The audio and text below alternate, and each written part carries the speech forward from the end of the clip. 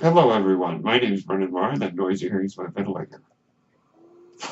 And welcome to Page Turners They Were Not, my Star Wars podcast. Today, I would like to talk about the moments in the Star Wars original trilogy that fascinated me as a kid and made me fall in love with this franchise even more. I just finished reading Ken Napzok's book called Why We Love Star Wars. And I gotta say, it's a wonderful read. Congratulations, Ken. He gave a list of his 100 favorite moments in Star Wars. Or rather, the moments that made him love Star Wars. So, in honor of his book, I'd like to share with you two moments in the original trilogy that really stuck in my mind when I was a kid growing up watching Star Wars. Now, a little bit of background. I've been watching Star Wars for so long that I don't remember the first time I saw any of the movies. And so trying to think of the moments that made me fall in love with Star Wars in the first place was difficult, as I don't remember. But I do remember the feelings I had toward two particular sequences in the original trilogy. And at the end, I may throw in a bit of the other movies, just for good measure. But to begin with, the first was Luke's line to Yoda, without Luke knowing that was Yoda, "I'm looking for a great warrior." Now, this got my imagination going as a kid. The idea that Yoda was once a great warrior. Or at least that's how I interpreted that line as a kid. Even though immediately afterward Yoda says, "Wars not make one great." So I am trying to imagine in my mind this little green fellow, not even 2 feet tall, or maybe 2 feet tall at the most, with a lightsaber fighting. Wow. It was a thought that stayed with me for a long time. Now, we did finally get to see Yoda fight in Attack of the Clones, and it was cool at first, but I look back at it and think it's a little silly. But I am glad that we actually got to see it. But I think we'll discuss my feelings on that on a later podcast. However, before that sequence, it was just fun to imagine what Yoda would have been like as a great fighter. And I know as a kid, that really got my imagination going and caused me to fall in love with Star Wars by presenting a mystery to my young mind that I could start to think about on my own. The fun of Star Wars, I think, sometimes is there's little threads dangling. Just enough to grab your imagination and make it go wild. And that was certainly the case with my thoughts about Yoda being a great warrior. The second scene that really got my mind going and made me love Star Wars: the unmasking of Anakin Skywalker. Notice I call him Anakin and not Darth Vader. At that point, he had rejected Darth Vader and returned to the light. When Luke unmasked him, I remember as a kid being so intrigued by the fact that this big, armored, scary man, a skull-like mask that had terrified the entire galaxy, a a figure so full of hate and rage and ultimate wickedness, now redeemed. But also the fact that behind that mask is an old, broken man filled with regret. That's fascinating. That is fascinating to me. And still is one of my favorite moments, I think, in all of Star Wars.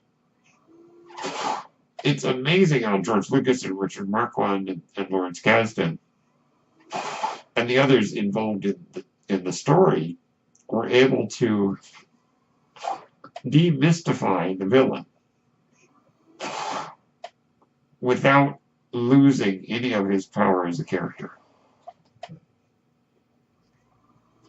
What I mean by this is that we saw him without his mask.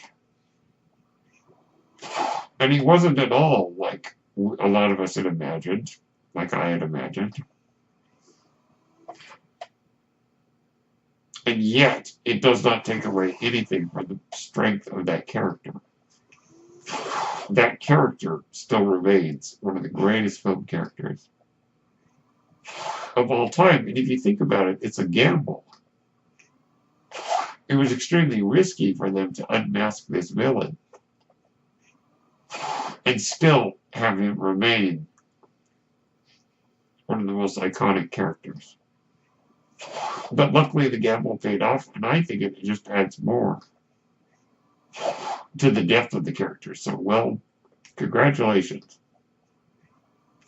to the team behind Return of the Jedi for a truly amazing moment. I think if you look at the journey of the character of Darth Vader / Anakin Skywalker through the original trilogy, he's kind of just a generic bad guy in A New Hope. We get a little bit of backstory on him, but he's kind of generic. It's not until The Empire Strikes Back and Return of the Jedi that we really get to see that this character is more complex and more layered than we might have supposed. And I remember as a kid seeing him unmasked caused my imagination to just run wild, as I'm sure it did for many fans. And it was another reason that built my love of Star Wars. So those are the two ideas that I had. I wanted to just briefly mention the other movies, because when I was a kid, it was only the original trilogy. Certainly moments like the pod race and the lightsaber duel between Obi-Wan, Qui-Gon, and Darth Maul in The Phantom Menace. Those two moments, the pod race and the lightsaber duel, really caught me. And moments that I have loved consistently. My opinions on the prequel trilogy have kind of fluctuated over time. But those two sequences, the pod race and the duel, have always stayed moments that made me love Star Wars even more. The duel, particularly because the Duel of the Fates, one of the greatest pieces of music in the Star Wars library. Of course, in Attack of the Clones doesn't really have a lot of moments that made me love Star Wars even more. That's not to diss the film, just that it didn't really make me love Star Wars any more or less. But certainly in the case of Revenge of the Sith, Palpatine telling the story of Darth Plagueis the Wise is a moment that made me love Star Wars even more because it added to the lore of Star Wars. It added something new and interesting that made my mind start going with, ooh, what does that mean? A lot of my favorite moments in Star Wars are the moments that make me go, ooh, I want to know more about that. Those are the moments I think that particularly make me love Star Wars. I mean, we could fill a book with the moments of Star Wars that I love, but the moments that make me love Star Wars even more than I already did are few and far between. So the tragedy of Darth Plagueis the Wise. The new saga of movies, I mean, I was already a diehard Star Wars fan before they came out. But I have to admit, I loved all four of the Disney umbrella Star Wars films. And I don't think there's any moments in that have necessarily made me love Star Wars any more than I already do. There are, of course, they are replete with a library of great moments. But one moment I'll just share real quick to wrap up is the introduction of Rey. I remember sitting in the theater. Rey comes out of the inside of the Star Destroyer. And she takes off her mask and we get to see her for the first time. But then she slides down the sand on her little junk sled. And the reason why this moment made me love Star Wars even more is because the music, the introduction of Rey's theme, playing that nice melody on the bells. That was the moment that I knew that I was very happy with The Force Awakens. Because there was a lot of risk going into it. Risk that it would disappoint. Risk that I wouldn't like the movie. And I was very worried about that.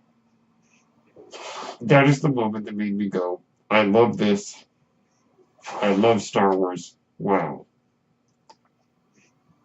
So those are the moments that have really made me fall more in love with that galaxy far, far away. Star Wars is full of such moments. Let me know the moments that sucked you in. Thank you so much for tuning in. My name is Brendan Marr, and that noise here is my ventilator. Thank you so much for tuning in to Page Turners They Were Not, my Star Wars podcast. May the Force be with you.